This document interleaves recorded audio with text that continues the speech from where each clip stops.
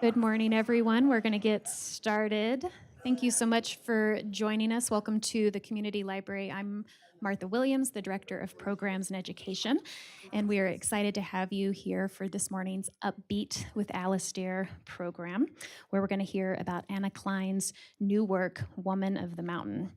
Reading about how she has described this new piece, I was reminded of Nan Shepherd's book, The Living Mountain. This was published in the 1970s, but actually written during World War II and published shortly before the author's death. Nan was a Scottish poet, novelist, and essayist. She lived nearly all of her 88 years near Aberdeen and knew her nearby Cairngorm Mountains well. Nan was what they call in Scotland a keen hill walker, and she paid close attention to the hills she loved, their streams and lakes, their birds and flowers and rocks, the way fog rose and enfolded the plateaus, and how light danced on rock faces and creek ripples. Nan writes that often the mountain gives itself most completely when I have no destination, when I reach nowhere in particular, but have gone out merely to be with the mountain as one visits a friend with no intention but to be with him. She was a true mountain woman. So I hope you'll check out this book or her many other writings. So thank you all for being here, and now I'm going to hand it over to Derek Dean, who is the Executive Director of the Music Festival, to introduce the program.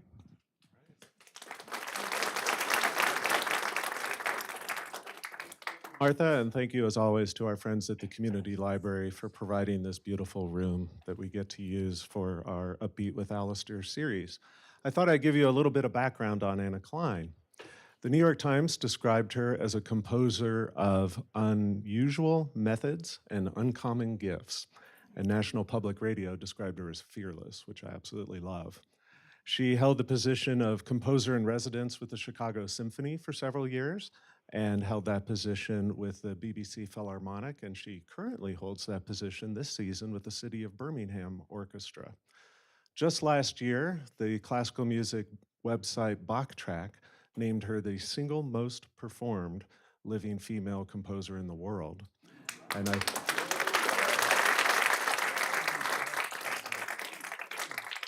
I think you'll soon understand why. The music festival first performed one of her works, Masquerade, in 2019, and then just last year we performed Within Her Arms, a piece she wrote for a chamber orchestra. You might remember it. It was a gorgeous, moving elegy that she wrote for her mother. We expressed an interest to her publisher several years ago about getting involved in one of her projects. And so in January 2025, when we heard about Woman of the Mountain, we signed on immediately as a co-commissioner, sorry, let's be clear, co-commissioner, she's the composer. The piece had its world premiere just in April in Jacksonville, Florida, and this Monday evening's performance will be its second performance ever. So we're super excited that Anna was able to come out to Sun Valley to be with us today and to be here on Monday for her performance. Now please join me in welcoming our music director, Alasdair Neale, and Anna Clyne.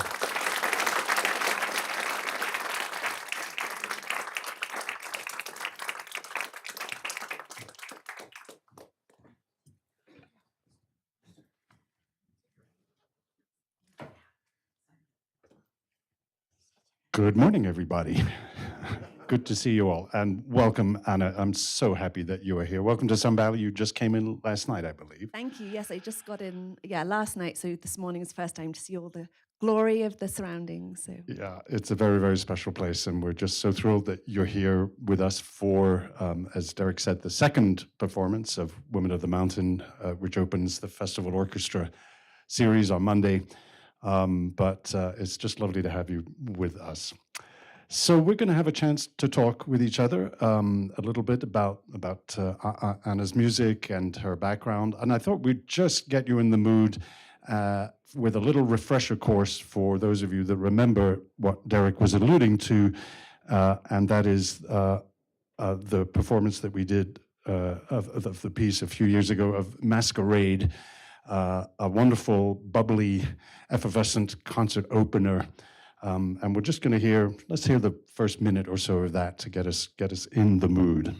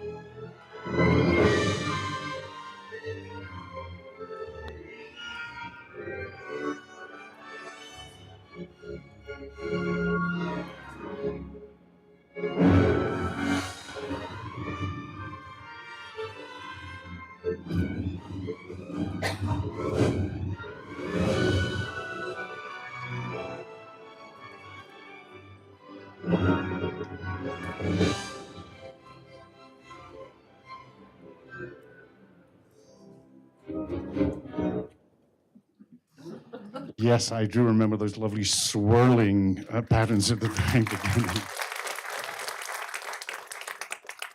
A little bit before we go further back into your past, tell us a little bit about that specific piece and the occasion for which it was written, which may be familiar to some of our audience on this side of the pond, but not necessarily everybody. Yeah, sure. So that recording is actually the first ever performance of Masquerade, and it was commissioned as the opener for the last night of the Proms back in 2013, which is a music festival in London at the Royal Albert Hall. So as you can imagine, as a young composer, that was really, it was very exciting. And that performance is with Marin Alsop and the BBC Symphony Orchestra. But it's funny because as a composer, when you're commissioned to write a work, you're given 3 parameters: the instrumentation, how many instruments; the duration, how long it should be. In this case, it was 5 minutes; and the deadline, which is always the great motivator.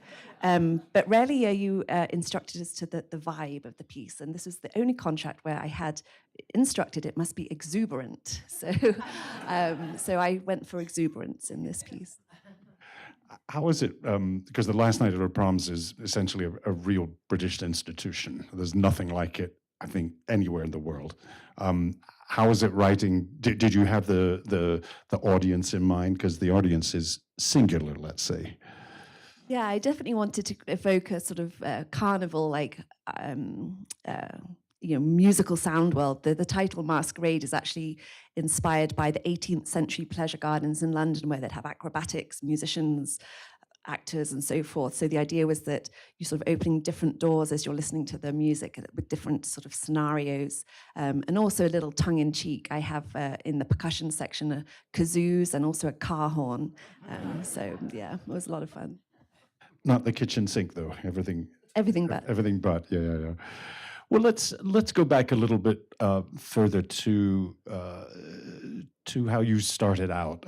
You were born in London, as was I, or at least near London.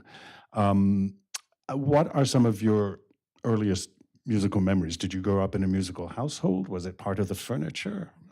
Take us back a little. Yeah, so I mean, I grew up in a family that didn't listen to classical music, but that listened to, especially my dad had quite an extensive record collection of the folk and pop music of the time. So familiar sounds to me were Fleetwood Mac's Rumours, Dire Straits, Brothers in Arms, and Ella Fitzgerald, and so forth. So not classical music, but music with a really strong sense of melody, which is something that has really stayed with me in my music today. But in terms of composing, when I was 7, some friends of our family gave us a piano. It had some randomly missing keys at the top, but and my mother painted it with, it was black originally, but she painted it with white glossy paint. I don't know why, but she did. But anyway, I started playing piano, both playing music by other composers and also writing my own music. So I started very early, but fast forwarding to the age of 20, that was when I had my first composition teacher. So primarily self-taught, just writing music for the pure joy of writing it. Did you living in London? Did you end up going to a lot of concerts as a teenager? So I was born in Camden, London, but I actually grew up in Oxfordshire, and I played in the cello in the local orchestra and at school. So most of my experience of classical music was playing it as a cellist, so playing in piano trios and orchestras. So that was my exposure to it. Although I remember playing in a gamelan ensemble when I was young, which was just like as a workshop. That really sort of opened my ears in new ways. Gamelan has that effect on people. I think that you never forget the first time you hear those sounds of like a moth drawn to the flame, at least for me too. So that answered a couple of my other questions. In addition to piano, were there any other instruments? Do you find that your background as a string player is particularly helpful, or is it as a composer, or is it really grounded in piano? That's a great question. In terms of composing, I always start at the piano. When you're writing for orchestra, the piano is kind of like a mini orchestra at your hands. So you get a sense of the resonance. So if I'm voicing a C major chord, for example, I can try some different voicings and how the resonance of the instrument kind of guides that. But playing the cello certainly helped me write for strings in a quite idiosyncratic way. I always put my own bowings in. I'm sure they get changed here and there, but it's a good starting point. So. I think orchestras often appreciate bowings put in by the composer if they're a string player. But I think didn't Benjamin Britten put in much of his own bowings, although he wasn't necessarily a string player, but he had a really exceptional understanding of how those things work. So, well, speaking of strings, maybe that's a good time to play a little bit of Within Her Arms. I think many of you will remember that from the Festival Chamber Orchestra last year. And it's in my mind because the combination, I think it's 15 players for that. And having just played Strauss's Metamorphosen last night for 23 solo strings, those kind of textures are, I guess they have some elements in common. I don't know if that was an inspiration behind I know the piece was obviously written with your mother in mind, but tell us a little bit about the piece, and then we'll hear a little of it. Sure. The piece is called Within Her Arms. It was written for my mother after she passed away, and the title Within Her Arms comes from a beautiful poem by Thich Nhat Hanh, the Vietnamese Buddhist monk and peace activist, which begins, "Earth will keep you tight within her arms, dear one, so that tomorrow you may be transformed into flowers." So they're the opening lines. Very beautiful poem. And I wrote it as, within the next sort of 48 hours after her passing away. I felt very close to her. I had a very recent photograph of her standing on a bridge from that week prior, and a candle, and I just wrote this music. It would just poured out of me. And it's very, the elements of it are very simple. It's like A, G, F, sharp G. I don't have perfect pitch, so somewhere around there. But it's a little motif, and as you mentioned, it's 15 individual strings, so 6 violins, 3 violas, 3 celli and 3 bass, something like that. 3, 9, 12. I'm not good at math. 6 violins, 3 viola, 3 cello, 3 bass. Is that 15? Something like that. Something like that. I went with music, not maths. Yeah, me too. But anyway, so yeah, as you mentioned, it's 15 individual parts. So the music kind of dances around the ensemble, and it has a sort of folk-like quality to it, which is something that I really love, folk music in general. And It's my alarm clock, so I keep thinking it's my it's my phone. So sorry. I have the same sound, but so I have a background in writing electroacoustic music, so music in the studio, and a lot of those techniques translate quite well to acoustic music. So when I have the 15 instruments, I specify exactly where they're to be positioned on the stage, and then I use the spatialization. So like the first violin might play a tune, which then gets passed to the musician over here. So if you're listening on headphones, for example, you hear the music dancing around your ears. Before we go any further, just could you redefine or define electroacoustic? What does that mean? Yeah, so electroacoustic music is music that combines pre-recorded material with live ensemble. So the electro is the electronics, and the acoustic is the acoustic ensemble. Great, and thanks for that clarification. Let's hear the opening of Within Her Arms.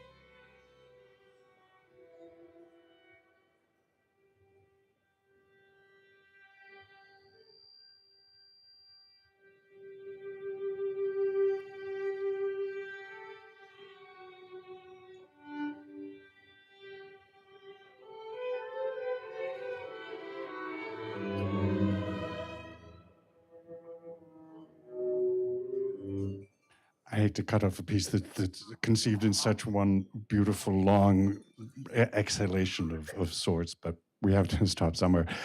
Tell us a little bit about, I guess, the importance. You were talking about melody, but also harmony, because I guess without getting too much into the weeds, that big schism that happened towards the very opening years of the 20th century, the breakdown of tonality, is pretty clear which side, if there are sides, that you stand on. Has that always been the case for you? Yeah, I think melody has been very much at the heart of a lot of my music, but I've definitely taken a rather circuitous route to end up where I am today. As I mentioned, I wrote a lot of electronic music, lots more sort of crunchy, experimental sounds, but I feel like I had to go through that sound world to arrive where I am today. Sometimes it's harder to be just strip it all back and have the bare bones of music. It's a bit more vulnerable in a way. I think it was Bernstein that said it's a lot easier to write a very complex 12-tone piece than it is to write a tune in F major. And there's something to that. And in a sense, I find that your approach actually more radical in a way, because it is absolutely honest and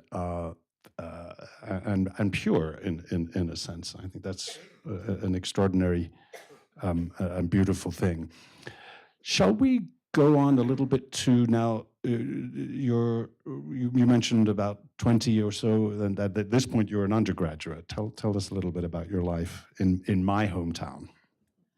About my time in Edinburgh? Yes. Oh, sure, yeah. I was actually meant to study English at Birmingham, and at the last minute I changed and I studied music at Edinburgh, and I loved it because it was a 4-year course, but you did a bit of everything. It wasn't like a conservatoire where you go as a composer or a cellist. You did ethnomusicology, electronic music. I went to Sarajevo to teach with young musicians. I mean, taught in prisons. They gave you all kinds of amazing life experiences in addition to studying the technique of music.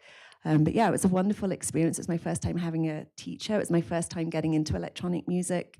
And it put me on my path to being a composer, really taking that next step. So after I graduated from Edinburgh, I moved to New York and I met so many interesting people. I was there for a year, and then I went to Manhattan School of Music, where I studied with Julia Wolf. And I should say I had two amazing women mentors. My teacher at Edinburgh was Marina Adamia, a Georgian female composer, and at Manhattan School of Music, Julia Wolf, who is founder of Bang on a Can and an extraordinary composer. So I've been very lucky to have those female role models in my early career.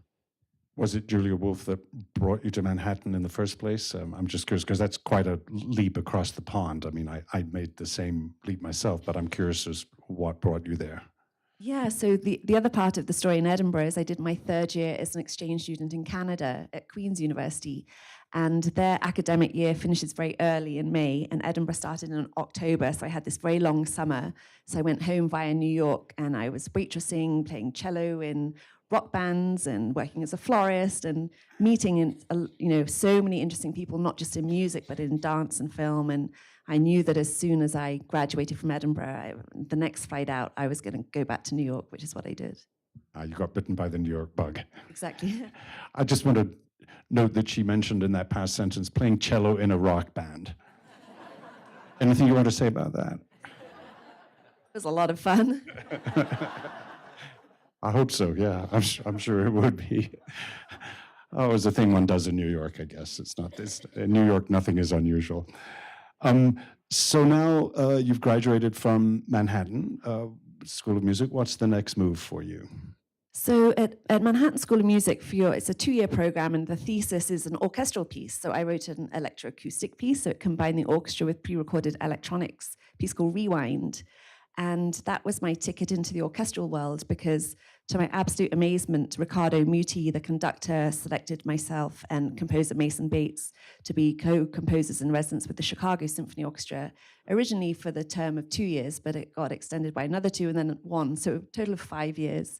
And that really put me in the direction not only of orchestral music, but really focusing on acoustic music in general. Yeah, that must have been pretty heady stuff. Had you had any other residencies before that, before Chicago? No. That was your first. Well, talk to us about what it means to be a composer in residence. Certainly, you can get into the details of Chicago. I definitely want to ask you about your experience there. But in any other the numerous residencies you've had, I believe, in Philharmonia and Helsinki, I think, and so forth, in addition to the ones that Derek mentioned.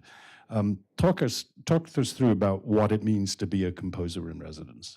Sure. Well, it really depends on the personality, in a way, of an orchestra. I always think orchestras have personalities, and I'm so excited to be working with you and the Sun Valley Music Orchestra, which I hear great things about, that musicians are really up for contemporary music. So I'm really excited. Not all orchestras are so welcoming. So True. yes, but in general, it's been a very good experience. Often there's a community engagement component, some teaching. I love working with younger composers, with composers that are historically from more marginalized backgrounds. And so yeah, education becomes a part of it, but also one of the great things as a composer is you're really refining your craft. So for example, with the Chicago Symphony Orchestra, when I was writing a harp part, for example, I wasn't sure exactly how that would work, so I met with the harpist. Or when I was writing a piccolo part, I was thinking of Jennifer Gunn. Or, it makes what is a very anonymous endeavor quite personal, because you've got, dozens of musicians on the stage, which usually you don't have a connection with. But when you get to know an orchestra, you really get to work very closely with the musicians. And how is it working with Riccardo Muti, one of the giants, really, of the 20th and 21st century? Was that intimidating? Because he's very much the maestro with a capital M, and I mean that lovingly. Well, one of the things I loved about working with him, I mean, he's a tour de force for sure, and such a sort of presence. Oh my goodness, in the history of the orchestral world, and but he really cared about contemporary music. He didn't do a huge amount of it, but when he does it, he gives the same care that he would to a Verdi piece or a Beethoven piece. So I actually was in Chicago at the time for Christmas. I usually go home, but that year I had just moved, and I got a number, like someone called me on my cell phone. I didn't recognize it, so I let it go to voicemail. It was Christmas Eve. It's like, ciao, this is Riccardo Muti when I checked the message. I just want to check. I'm here on a holiday with my family, on a skiing holiday, and I can't get the tempo for this melody. Could you call me back, please? Oh my God. So, I Happy called him Christmas. back. Yeah, exactly. So, he really cared about tempo. That's something I find I'm very sensitive to. But he really cared about getting to the heart of the music in a really beautiful way. So as a young composer, to work with such an excellent orchestra and conductor was an incredibly inspiring experience. Oh, that's lovely. Did you when you overlapped with Mason? Mason Bates is a composer very familiar to audiences here. Did that part of the residency, was it just did you run into each other a lot? Were you just sort of moving on parallel tracks, or? Yeah, it was great. We the Chicago Symphony has a contemporary series called Music Now, which is in the Harris Theatre, for those of you who might know Chicago. It's a different venue to the CSO. So we would co-curate their contemporary music series, which was great fun because we'd listen to a lot of music, try and find a program that really complemented each other's music, and working with technology in new ways. So yeah, it was great fun. Great. I'd love to play a little bit of another piece that of yours called Dance, this cello concerto, because it's another wonderful example of your style, and a piece that I'm just now getting to know a little bit. Tell us about that piece and how it came about, and we're going to listen to a couple of bits of it. Yeah, so it's a cello concerto in 5 movements. It's called Dance. And it also is inspired by a poem by Rumi, and I can share it with you because it's very short. It's 5 lines, each line beginning with the word dance. So for the piece, I took each line and interpreted that through music. So the poem is: dance when you're broken open, dance when you've torn the bandage off, dance in the middle of the fighting, dance in your blood, dance when you're perfectly free.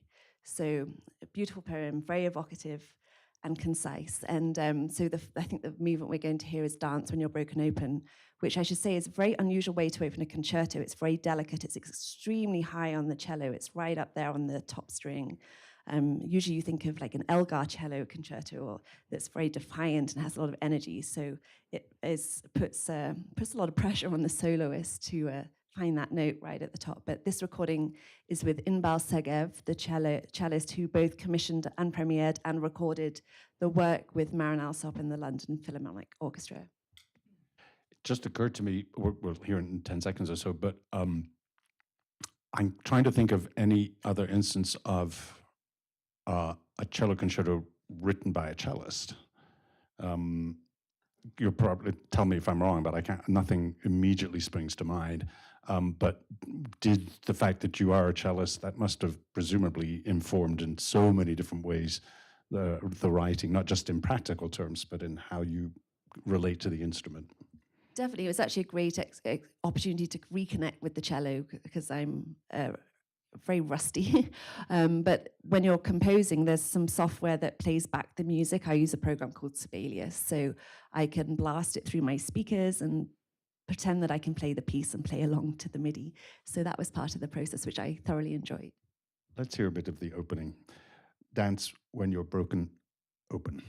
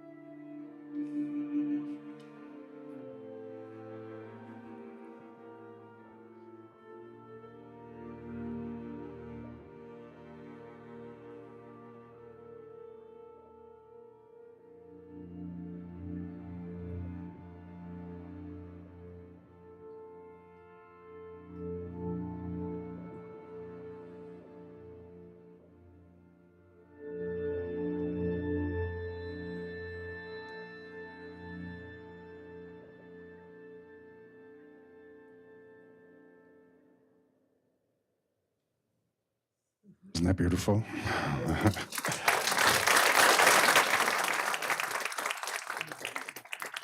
I thought about stopping halfway through that exit, and I thought, I just can't press the button. Thank you for bringing us into that extraordinary space. If we can just, for 2 seconds, get under the hood before we move on, of some of the sound colors you were producing in that piece, because as you said, the cello, the cello is incredibly high at some points, but it's not the only sound that we're hearing. Right, Right? yeah. I'm assuming that's the case. I haven't seen the score, but Yeah, absolutely. One of the things I love about writing for the orchestra is the layering of sounds. It's almost like painting with colors. So, for example, the cello. Okay. Oh, this is the third movement, very different in style. Um, so, for example, the cello starts, as I mentioned, very high. But what I do is I double it with other sounds. So the flute is playing in harmonics the same sounds, and at the very end, you'll have heard the very high pitch. That's a crotali. It's a little cymbal that you can use like a cello bow on, and it kind of resonates. So I often do that rather than like you could have an oboe play a melody, but for me it's far more interesting if I double that with like a muted viola and a vibraphone or something. Suddenly you're creating new sonorities, new instruments, really.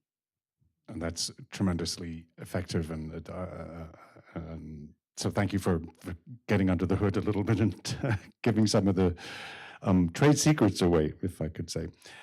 Let's move on now to the main reason that you're here, and that we're so excited for the concert on Monday, the second performance, although we could actually say, in a way, a premiere because of some of the revisions that you made of Woman of the Mountain. But let's not get ahead of ourselves. Tell us, what was the inspiration? You seem so much to take, in a wonderful way, to take inspiration from literary themes, artistic themes, I mean, themes of art, and nature, and history and lore. Tell us a little bit about the origin of Women of the Mountain. Yeah, so Woman of the Mountain is basically a tone poem. It's a 25-minute piece in one large it's one large piece, but it's in 5 sections: discovery, awakening, arrival, and 2 others that I'm spacing out on. Yearning. Yearning is and one. discovery. And Yeah. discovery, thank you. So it's basically 5 stages of a woman's journey to the summit of a mountain, and all the emotional and natural inspirations and experiences that she has on that journey.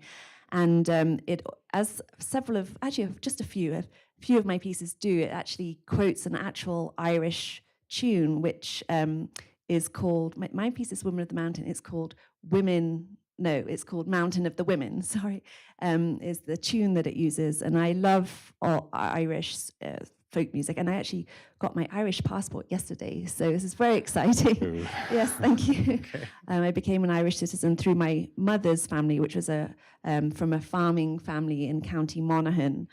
So this piece is also a connection to my Irish history, Irish lineage, I should say.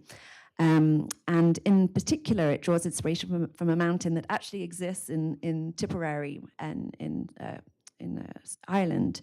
So yeah, so it's a piece of journeys, of voyages, and it's also dedicated to my best friend, who we've been best friends since we were 13, Sophie August, who is here today all the way from England. So it's great to have you here, Sophie. And it sort of celebrates our journey as women in the world. So it's definitely a defiant piece of a woman's journey in the world. Shall we, I think we have enough time to listen to a little clip of each of the 5 sections. Maybe you could just set them up, obviously starting with Awakening, these sort of the misty opening, right, with these triads in various woodwinds. Should we just play that, or would you like to set it up with any comments? Perhaps we listen and then we can Yes, chat about it. Thank that's you. good. Here's the very opening.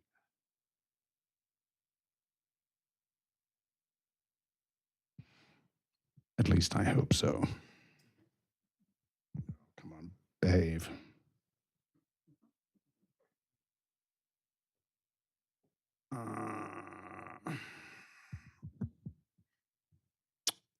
Well, we're experiencing technical difficulties. This would be, let me just,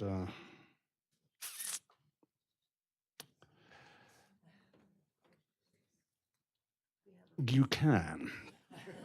Talk amongst yourselves.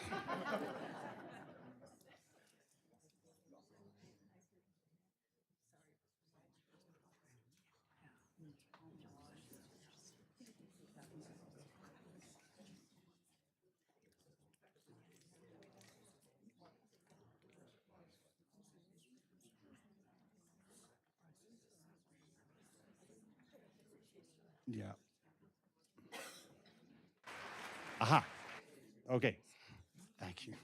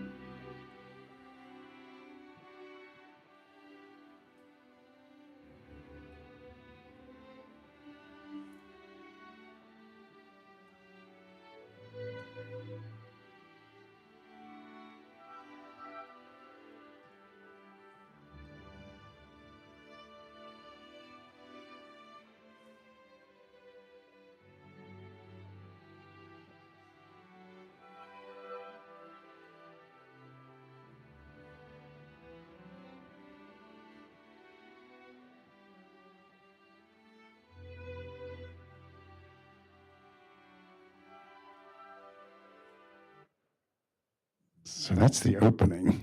I'm struck by, tell me if I'm off base here, but that violin melody, that beautiful violin melody that emerges, it does so gradually. Is it emerging from the morning mists, or am I being too poetic?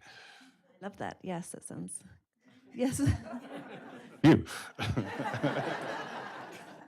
We did not rehearse this in advance, as you were talking about. It's just an honest reaction to the music, but and it even that melody does have a certain a folk tinge to it. Is that one of is that completely from you, or is it inspired by?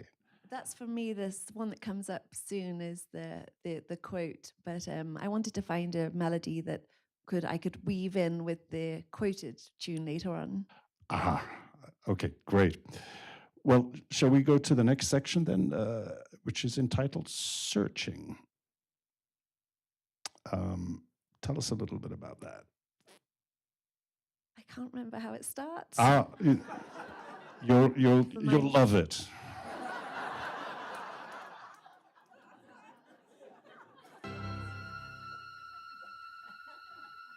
Ring a bell?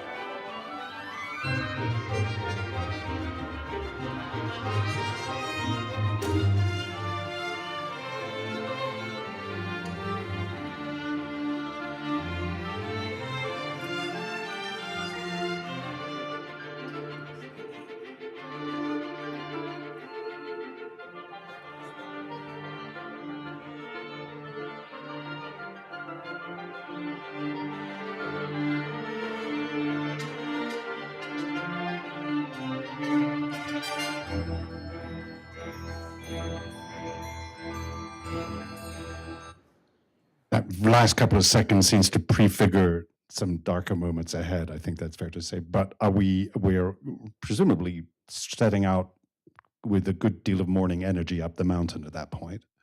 Definitely. And when I'm writing music, in general, I love to have contrast in a piece to keep the audience engaged, and it's sort of a little playful to the beginning of that. You took the word out of my mouth. I was saying you have no fear in writing playful music, and that's easier said than done. And I love that questing spirit and the playfulness of that section. Let's go to Yearning, which is kind of the midpoint of the piece, I guess you could say. And just setting that up in a second, that should work. Shall we listen to a bit and then you can talk? Okay.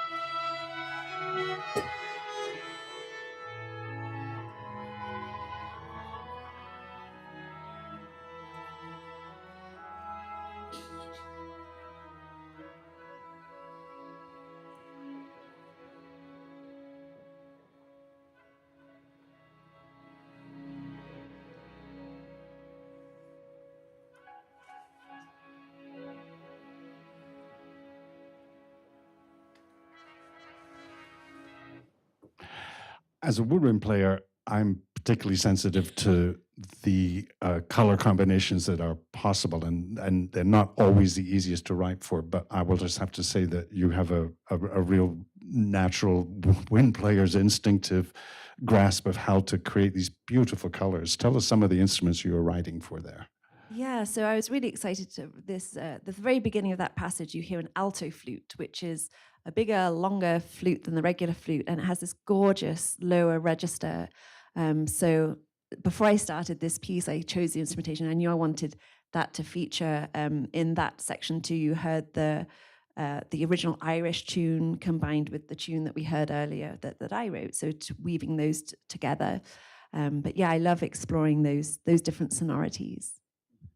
And this obviously has an even more, let's say, a pretty strong Irish accent in this particular thing. Is that one of the main tunes that you took, or is that still your own? Are you weaving those things together at once? They're together at once, and sometimes I take little gestures away from the tune and make it its own gesture. So, for example, grace notes, which like da-da-dum, like those little fast notes. Give folk melodies often a sort of personality to them. So, but then da-da-da-da-da or something like this. But then I'll just take that little little like gesture and develop that elsewhere. And it's you make it look easy, but it actually, I don't think it is. But it's just one of the beautiful things about this piece is the effortless weaving in of these textures and your own material and the Irish folk song that it's based on. Let's move ahead since time is moving on here. I'd love to hear just a little bit more of the fourth and the fifth section. So we're going to go to Discovery.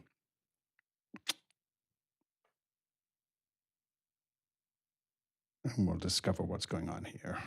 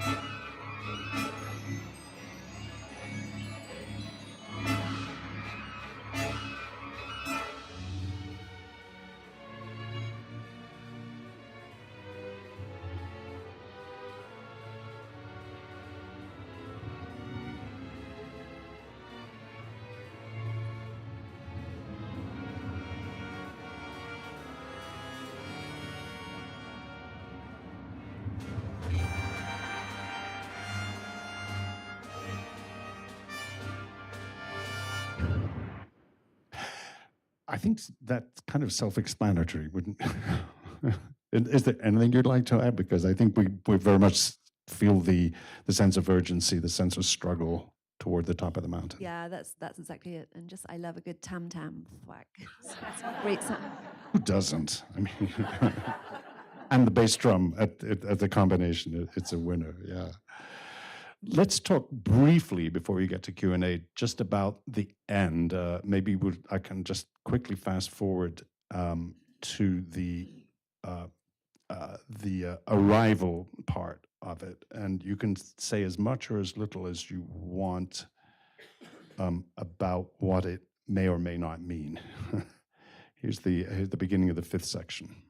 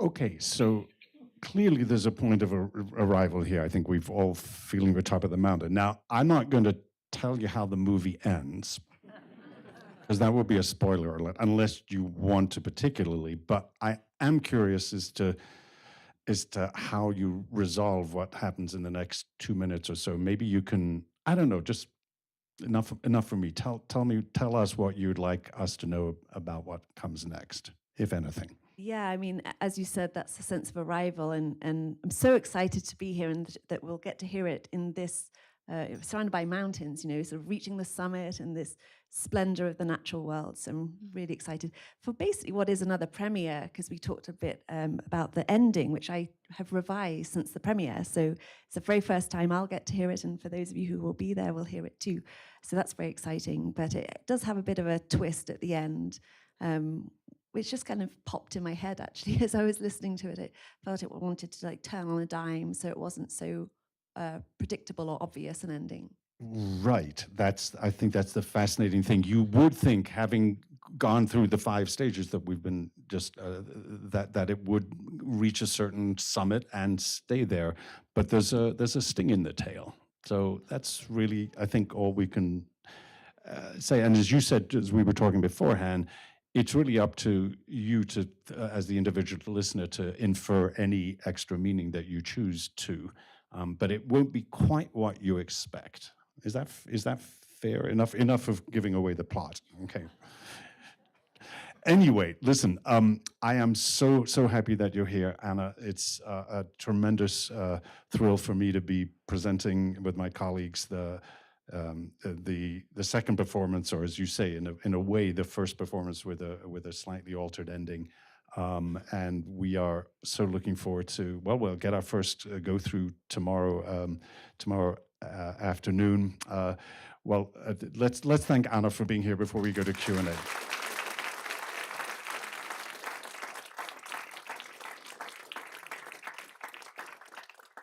So I know you always have the best questions, and so it's your turn now.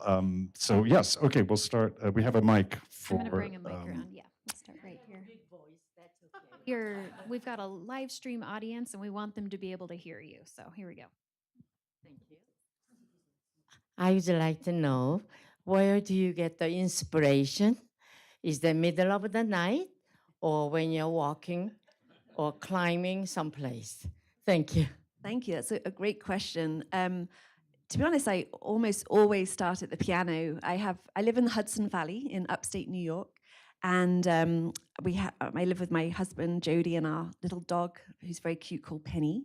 Anyway, at the back of the house is my studio, and it has my piano, which has traveled with me for 20 years now. Actually, it's missing a leg because it tried to get up the stairs in Brooklyn and couldn't get around the corner. But anyway, so it's a 3-legged piano, but I love it very much.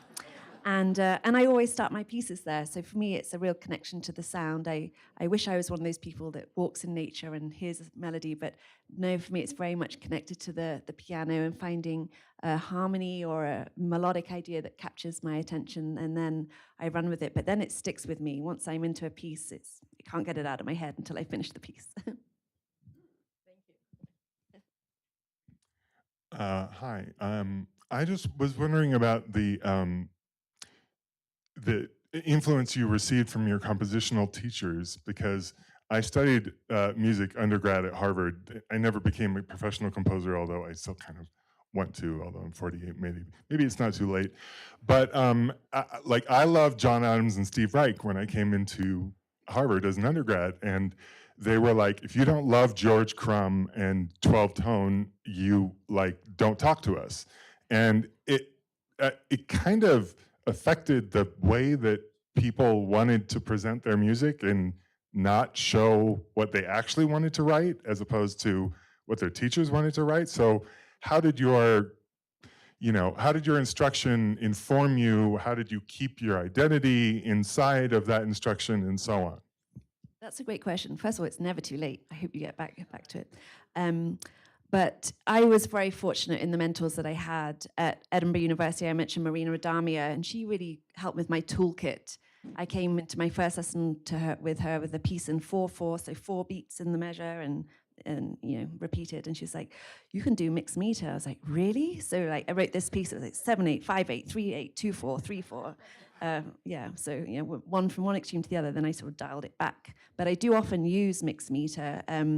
Just as a side note, when I'm composing, I often think about the breath, even if it's for stringed instruments. So it could be like 3/4, 3/4, but then it feels like the last beat should linger a little bit more. So I make it a 7/8, just so you have a bit more a sort of lilt on it. So that's something that I do quite often, actually.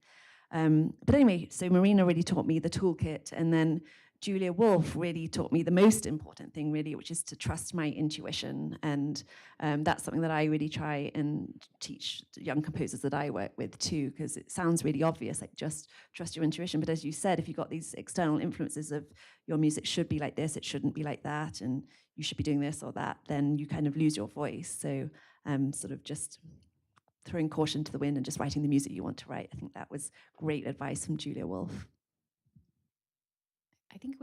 I know we've got a lot more questions. I think we really only have time for one more, which is, we can do a few? Okay, We can do a couple, perfect. I We're gonna do think. one here, okay. If you're starving, go have lunch. That's fine. Thank you so much for joining our community and bringing the mountains to the people. I heard you mention that you start at the piano, that's where you begin composing, but at the outset, you also have thoughts about bringing in the alto flute or the kazoo. So could you share with us a bit about how the instruments get selected? Yeah, it's a great question. So usually when you write for orchestra, you're kind of told what the instruments are going to be. But in this instance, I knew from early on that, for example, I wanted the alto flute because it's such a beautiful sonority, and I knew it would lend well to the music. So then I reach out to the commissioning orchestras and say, would this be okay to add this instrument?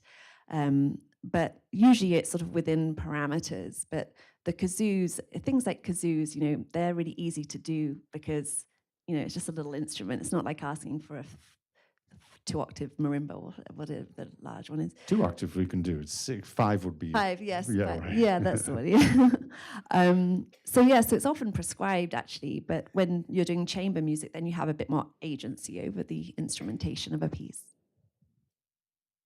We'll get to the gentleman in the back after that. Thank you yeah. for being here, and thank you, Alasdair, always. I'm curious about your creative process. Do you kind of create out of wherever in your brain and heart and gut, and then look back at it and start, with your intellect and everything else, doing a critique, or how does that work?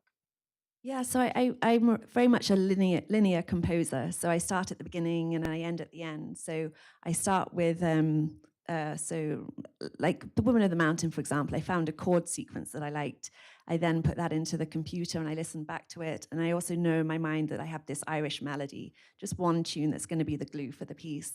And then I use playback a lot in my studio. So the software is pretty advanced now. So you put all the instruments in and you can play it back. I mean, you have to use your imagination somewhat. But yeah, so it's very much sort of linear and trying not to be too self-critical as you're going, because the point is really to get it out of you onto the page. And then you can go back and sort of tweak things. But I try to not get too bogged down by the minutiae as I'm going through, otherwise it would just take forever. But I write very quickly at that initial stage, so that helps it have that sort of, hopefully have a feeling of intuition and sort of flow to it.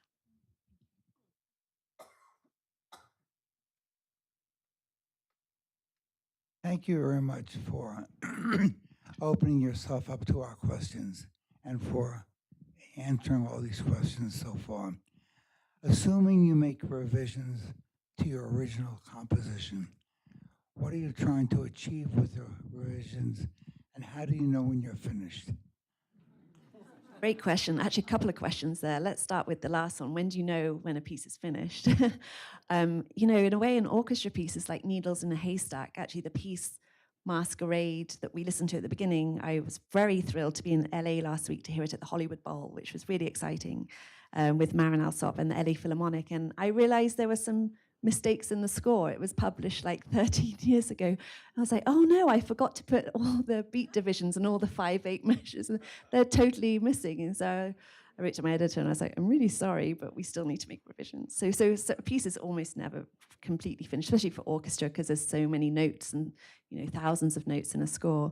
But in terms of revisions, just to give an example of the revision to Women of the Mountain, as you mentioned, it has this sort of turn on a dime at the very end of the piece with sort of driving rhythms. And I had the low strings, I think, doing these sort of like chunk, like these sort of chunk sounds. Meanwhile, the violins are sitting there. I didn't need any more sound, but it felt very anticlimactic to have all the violins just sitting there. I was like, that looks really lame. So I added some arpeggios. So hopefully at the end of the piece, you'll see them actually playing their instruments. So I sure hope so, yeah.